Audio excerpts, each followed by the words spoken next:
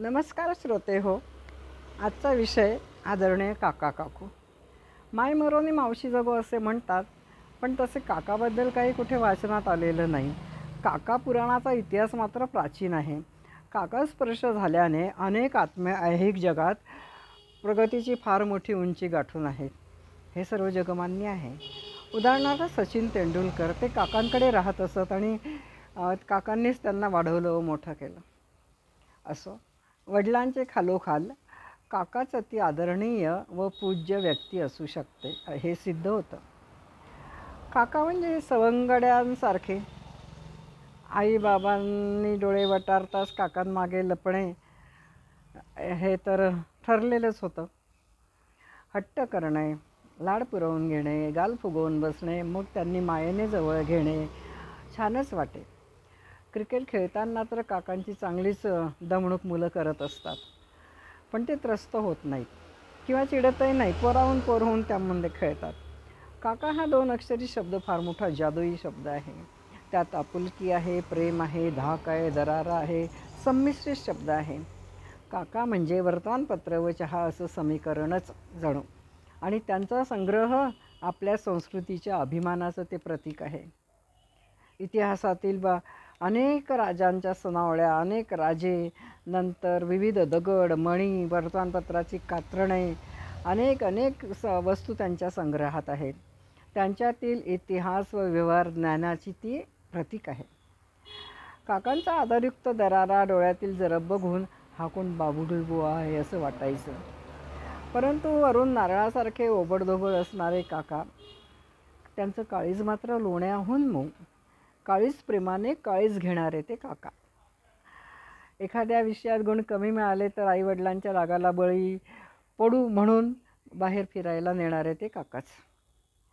काका म्हणजे वकील नाही, परंतु वेळीच आपली कर्तव्ये कठोरपणे पार पाडणारी ती एक हृदयी मूर्ती आहे.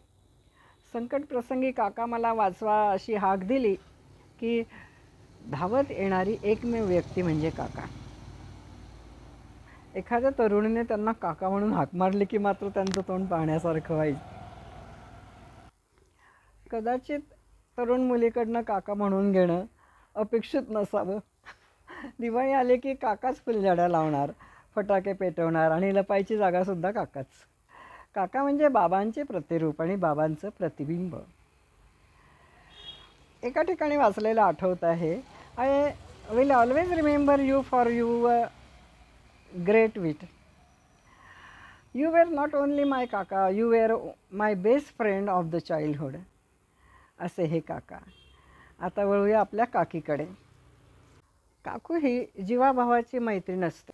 ती पुतणी किंवा पुतण्याची काकू नसते, तर असते ती केवळ मैत्रीण.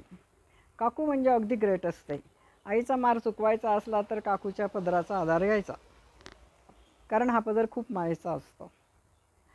शत्रूच्या सान्निध्यातही असे राहा की एक जीभ 32 दातांमध्ये राहते.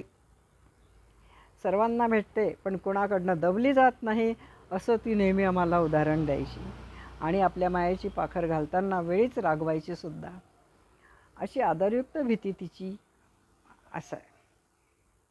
गोडधोड खाऊ घालणारी, अभ्यासात मदत करणारी, शाळेची तयारी करून देणारी, पाचपुडी वेणी घालून देणारी काकू आजही डोळ्यासमोर तरळते.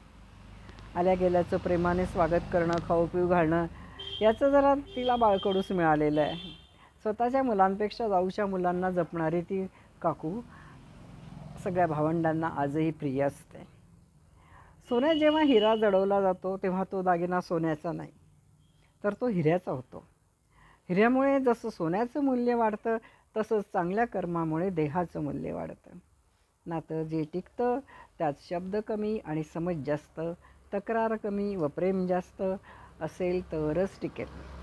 आईवडिलांची उणीव भरू काढण्यात सागर सरिता, विशुद्ध भावांचे चिंतामणी म्हणजे काका काकू. अशा सर्व काका काकूंना माझा साष्टांग नमस्कार. धन्यवाद. लाईक करा, शेअर करा, सबस्क्राईब करा.